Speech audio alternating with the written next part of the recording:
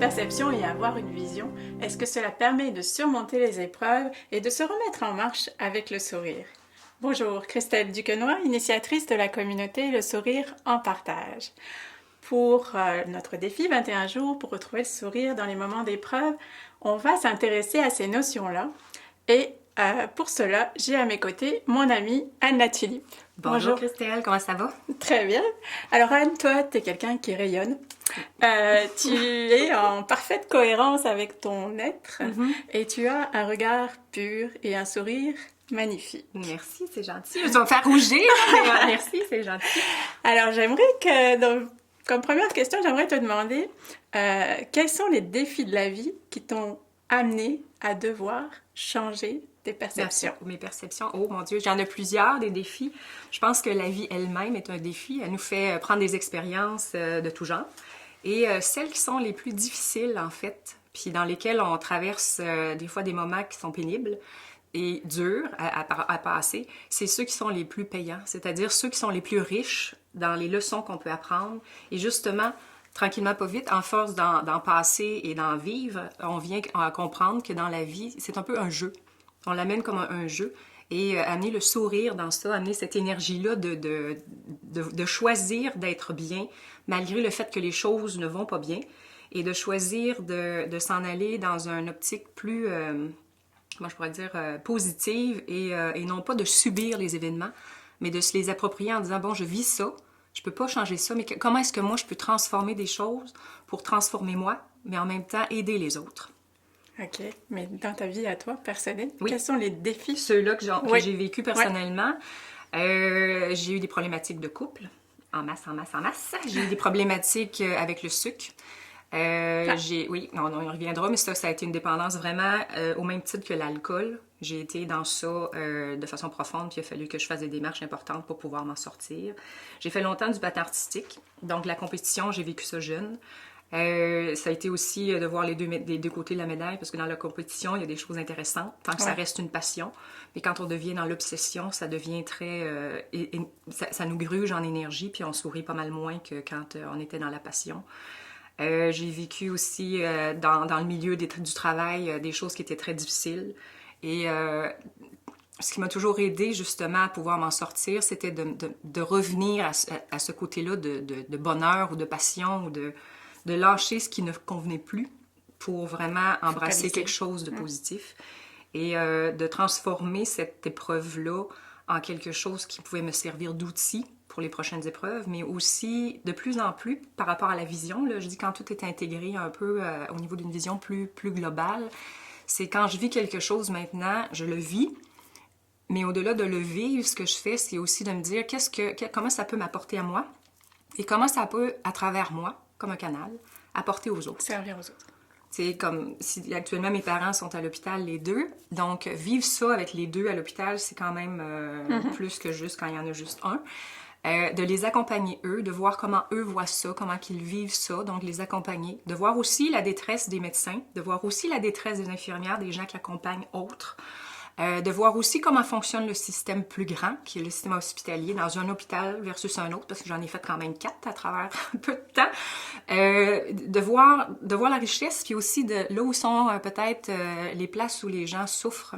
Puis comment est-ce que moi, comme individu, je peux ultimement, à travers cette expérience-là, enrichir tout ça. Servir à pouvoir, à tous les niveaux, y compris même au gouvernement, si ça requiert d'aller jusque-là. Donc, quelque part, en fait, c'est élargir le champ de vision. Oui. Et en élargissant ce champ de vision, comment je peux servir? Oui. Parce qu'en élargissant le champ de vision, ce qu'on se rend compte, c'est que c'est tout plein d'informations supplémentaires. Tu sais, souvent, on voit la vie juste de notre façon. Et quand on commence à être capable de se positionner à la place de d'autres, sous le regard de d'autres, de voir comment pour eux ça peut être difficile ou comme pour eux ça peut être bien, parce que c'est toujours un peu les deux, ça l'élargit vraiment en termes d'information. Puis quand on prend une décision, à place de penser juste à nous, on va s'assurer que ça soit équilibré pour tout le monde. Fait que tu veux toujours que ça soit bon pour tous, à place d'être juste bon pour toi. Une décision beaucoup plus éclairée. Oui, il y a plus de choses en lumière. Fait que quand tu prends une décision, tu fais souffrir moins de gens. C'est ce qu'on veut, hein? À la base, on veut tous être heureux. Donc, en prenant conscience de plus en plus de toutes ces façons de voir une même situation, quand je prends une décision pour moi, j'essaie que ça soit bon pour tous. Je ne vais pas juste en me disant j'ai cette intention-là, puis je garoche, puis beding, bedang pour les autres. J'essaie de faire en sorte que ça soit bon aussi pour tout le monde en même temps. Donc finalement, c'est quelque chose qui favorise l'altruisme. Oui, beaucoup. Beaucoup. C'est là qu'on s'aperçoit qu'on est tous interreliés. Ouais. Puis que quand une personne souffre, on souffre tous un petit peu. Parce que les gens souffrants, malheureusement, quand on est souffrant, puis je l'ai été à plusieurs fois dans ma vie, on a tendance à vouloir se protéger, puis en se protégeant, des fois, on se bat ou on redonne un punch parce qu'on a mangé une claque. Et quand on fait ça, on fait souffrir d'autres personnes. Fait que sans le vouloir, sans en être conscient, on blesse d'autres gens. Puis ces gens-là font la même affaire, après ça, ils se revirent de bord. Soit qu'ils nous reblessent nous, ou soit qu'ils reblessent d'autres gens. Et c'est sans fin, finalement. C'est sans fin. Mais on peut choisir de faire l'autre. L'autre pendant, c'est de dire non. Oui, je suis blessée, mais je n'ai pas à blesser les autres. Et comment est-ce que je peux transformer ça pour moi, traverser ça le plus rapidement possible et d'amener dans ça le fait que de montrer aux autres qu'il y a d'autres chemins que celui-là de juste se repuncher en retour puis plutôt aider un autre blessé finalement à guérir de ça. Oui, c'est toujours comme dans un circuit de vertueux finalement. Oui, exactement. Au lieu d'un cercle vicieux. Exactement. J'aime ça. J'aime ça, ce mot-là, cette expression-là. C'est beau, un cercle vertueux à la place d'un cercle vicieux, exactement. C'est plus un mauvais karma qu'on promène, c'est un bon karma qu'on diffuse aux gens.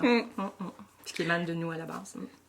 Et selon toi, est-ce que c'est uniquement dans les épreuves qu'on va changer ses perceptions sur les choses, ou est-ce qu'on a intérêt à faire cet exercice beaucoup plus souvent pour avoir plus le sourire, puis créer plus de sourire autour de nous? En fait, c'est en tout temps.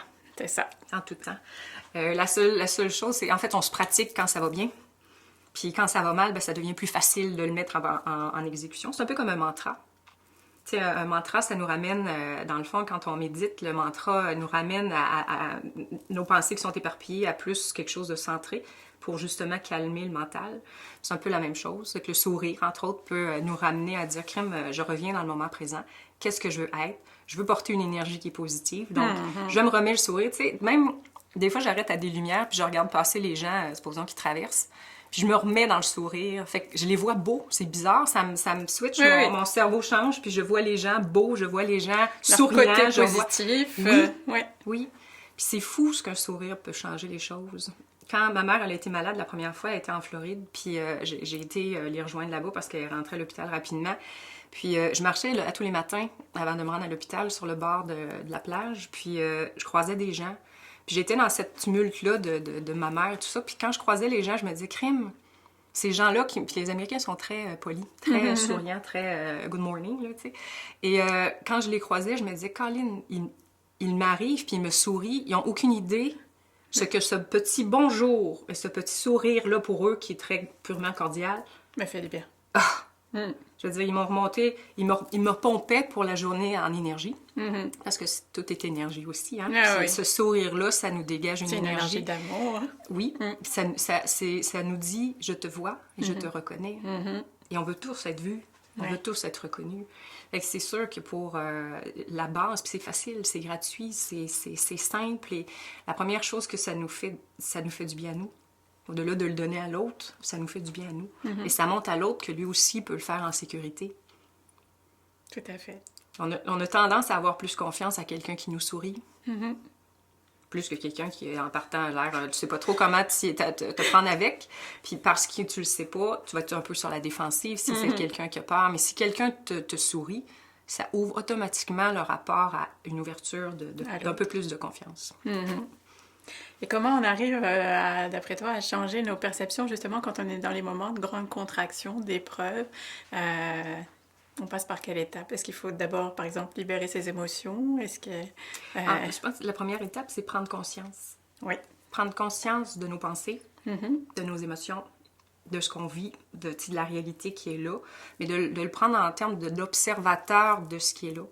Et d'accueillir ce qui est là, parce qu'on peut pas... si on se bat contre, ou on veut pas... Oui, c'est ça. Fait qu'on les accueille dans ce qu'ils sont, mais à différents niveaux, parce que toutes ces choses-là se passent en même temps. On est des êtres vraiment multidimensionnels.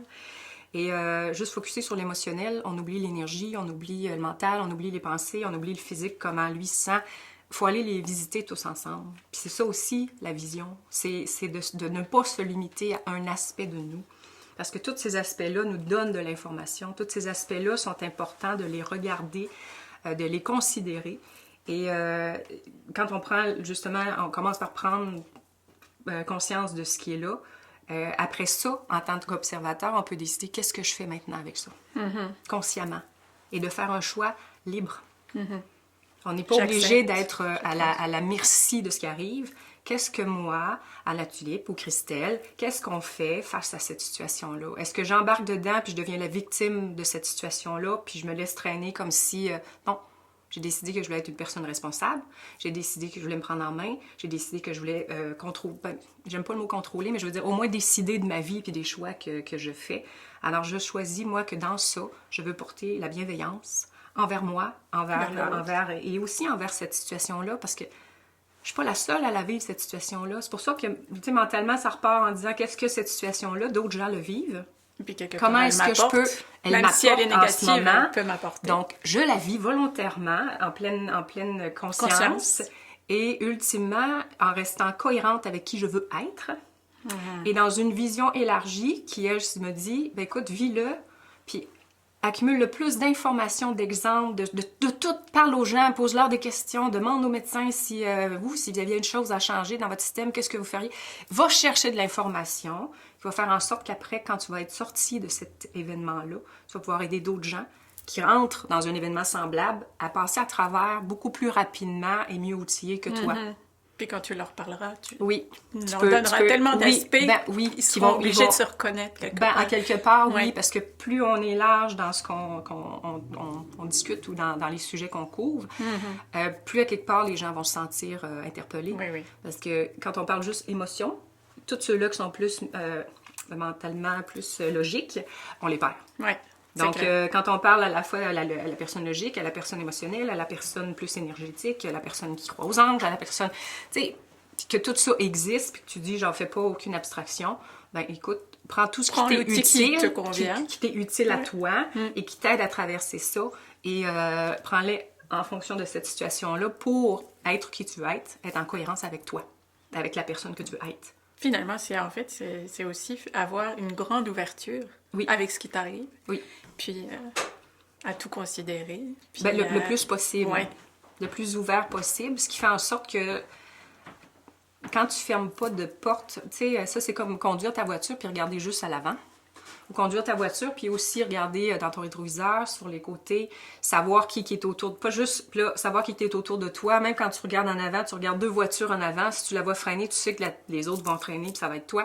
Tu sais, ça commence à être élargi pour justement arriver à pouvoir agir dans ta vie. Une qualité de conduite exceptionnelle. Mais dans ta vie, pas juste en voiture. non, je sais bien, mais c'est un parallèle, quoi. Puis c'est drôle parce que, tu sais, quand je te dis je me pratique partout, quand je conduis une voiture, j'aime conduire la voiture parce que je peux me pratiquer à faire ça.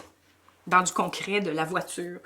Fait que pour moi, je me pratique comme je me pratique aussi. Pour moi, c'est comme un jeu. Tout devient une position. Puis comment est-ce que je peux être dans l'amour? Si quelqu'un me coupe, puis si quelqu'un... Comment est-ce que je peux... Mais tu sais, c'est partout, toutes les situations. En répétant les choses 1000 fois, qu'on devient...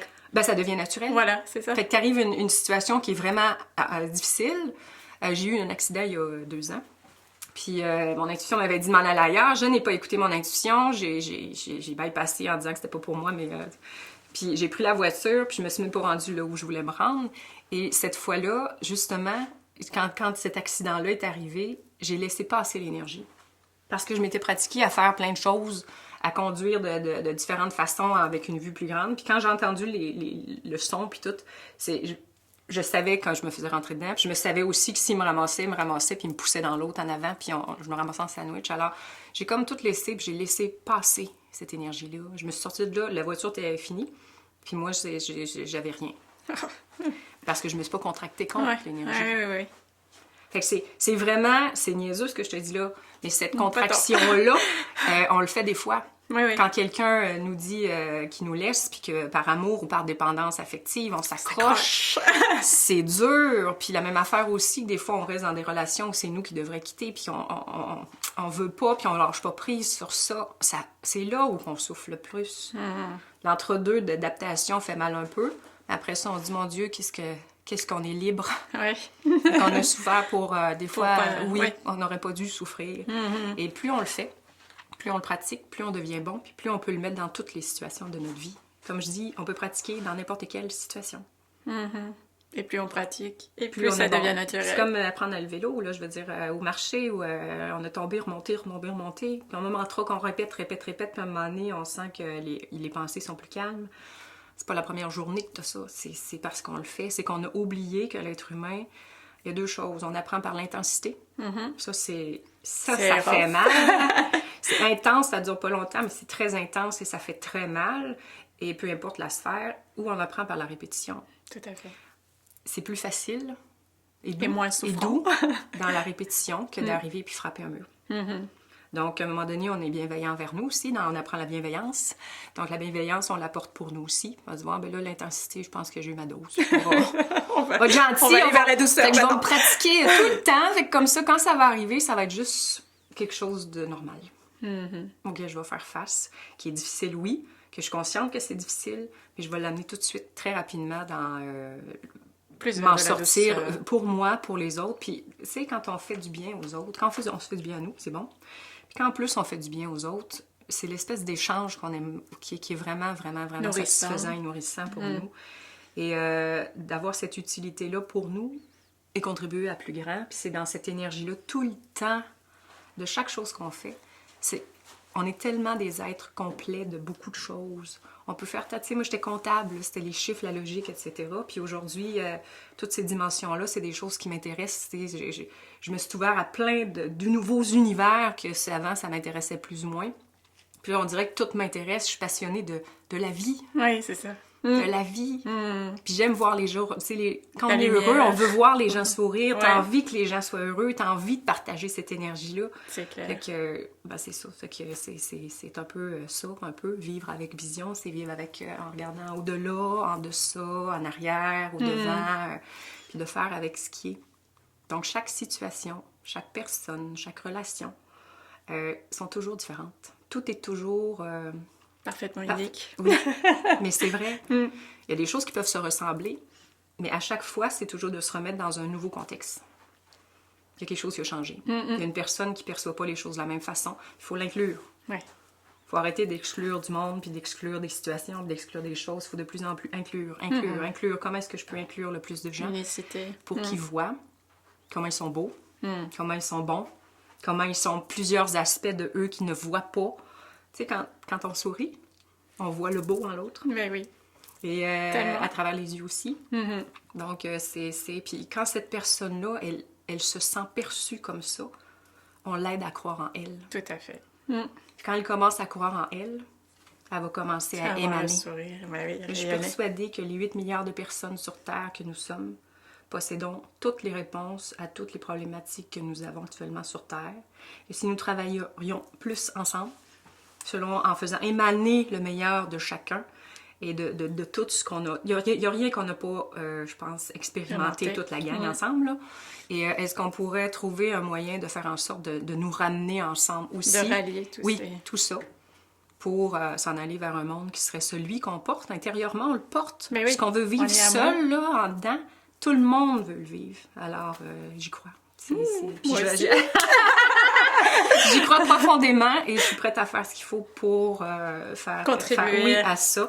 Je le fais de base à mon niveau, mais je suis prête à aller là où il faudra que j'aille. Je vais avoir le courage de le faire parce que je me sens portée, moi, mais avec d'autres personnes Avec, aussi, qui est de toute la plus gang. en plus, c'est ça, de plus en plus, il y en a, alors voilà.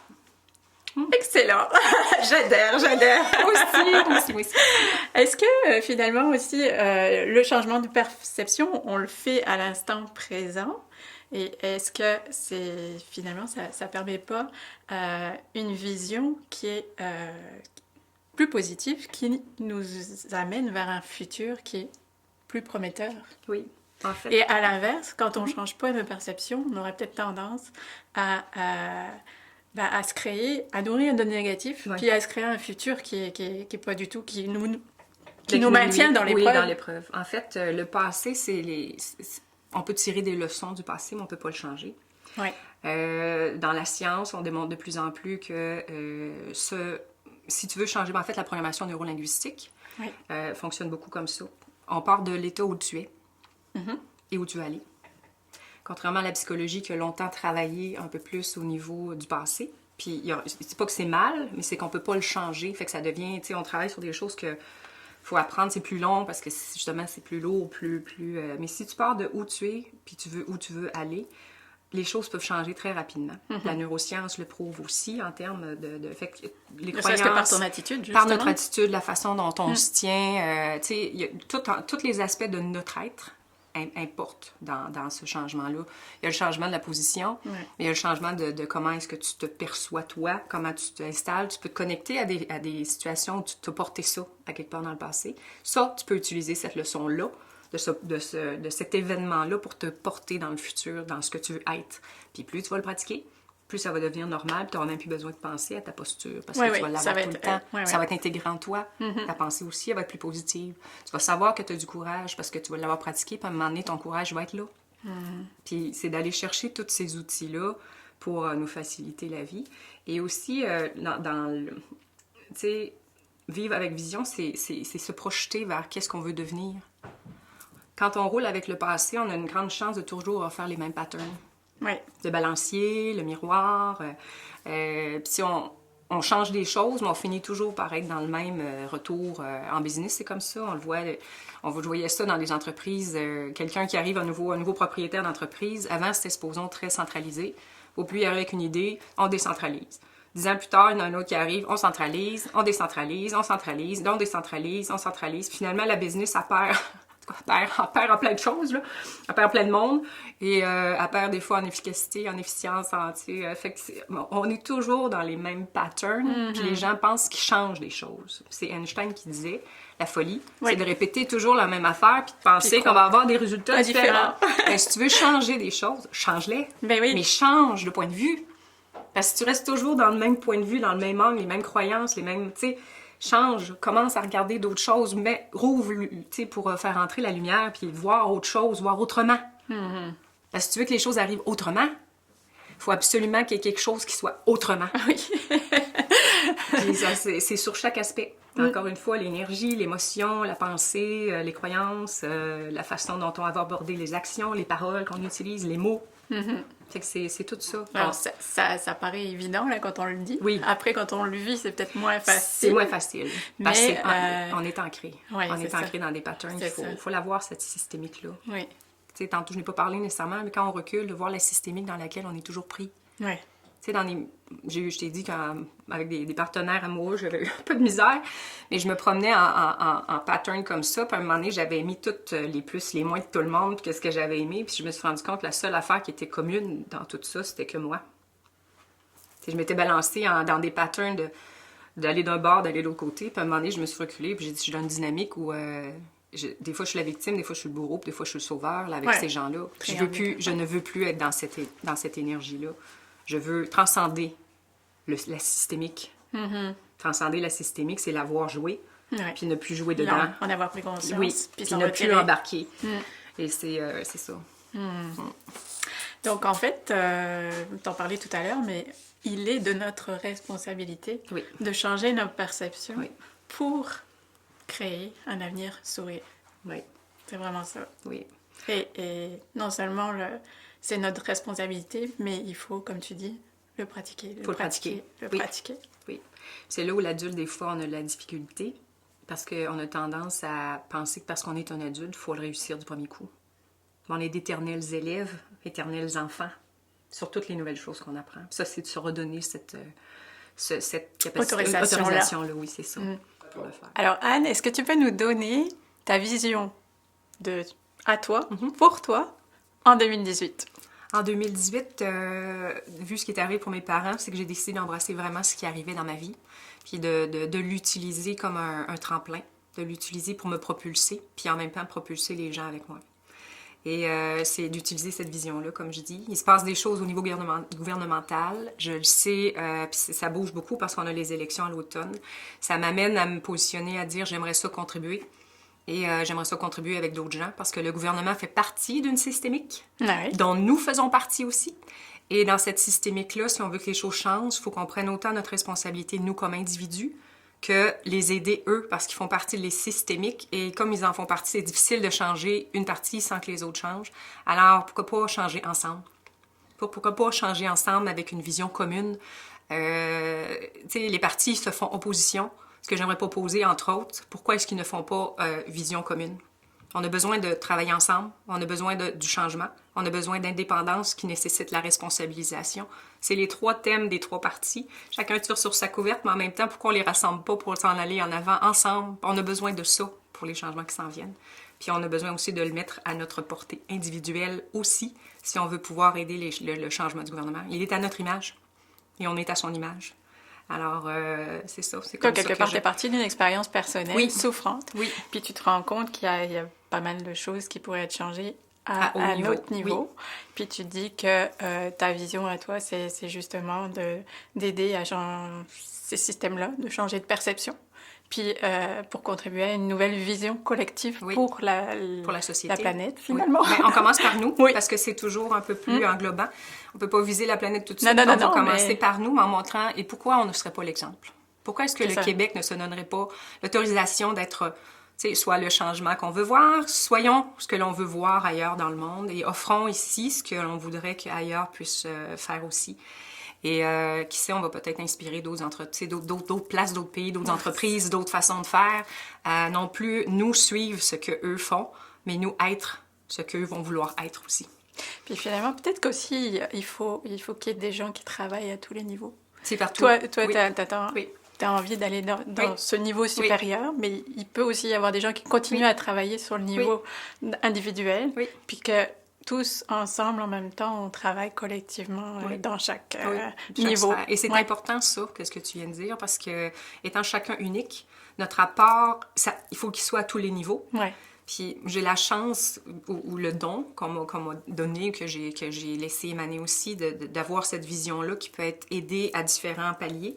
Mais je ne suis pas une fille de terrain d'aller faire ça dans le détail. Alors, ça prend des gens qui vont le rapatrier dans le détail. Ça prend des gens qui vont le mettre dans le concret. Qu'est-ce que ça veut dire en entreprise? Qu'est-ce que ça veut dire pour le côté social? Qu'est-ce que ça veut dire? Fait que c'est ensemble qu'on va arriver à déterminer qui on va vouloir aller et être. Tenir compte de chaque unicité pour répondre à tous les niveaux, finalement. Et là, tout le monde a sa place. Ouais. Tout le monde va pouvoir contribuer à cette vie-là qu'on va vivre ensemble. Cette grande aventure et belle aventure qui s'annonce. Oui. Et on va pouvoir lui sourire. Et elle nous sourira aussi. C'est parfait. C'est ce qu'on veut. Donc, on va conclure en disant que changeons nos perceptions et à chaque fois qu'on sent qu'on nourrit quelque chose de négatif, eh bien, on va changer ça et on va construire ainsi l'avenir positif de demain. À tous les niveaux, comme tu dis. Exactement. Alors ça, c'est... super projet. Oui, oui. C'est un projet commun. Je peux pas faire ça toute seule. Code du bonheur. Donc, on va se rapprocher. Oui. On va commencer par offrir notre sourire à notre belle communauté en rappelant qu'il est bon de sourire à tout, de sourire à tous, de sourire à la vie. Ah oui. On vous aime.